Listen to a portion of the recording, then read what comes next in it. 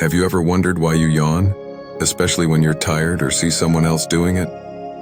Yawning is like a natural reset button for our brain. When we yawn, we take in a deep breath and stretch our jaw, which helps cool our brain.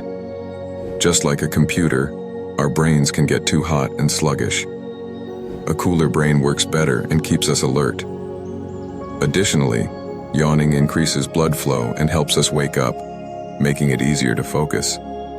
It's fascinating that yawning is contagious. When we see someone yawn, our brains might mimic the action, showing how connected we are to each other.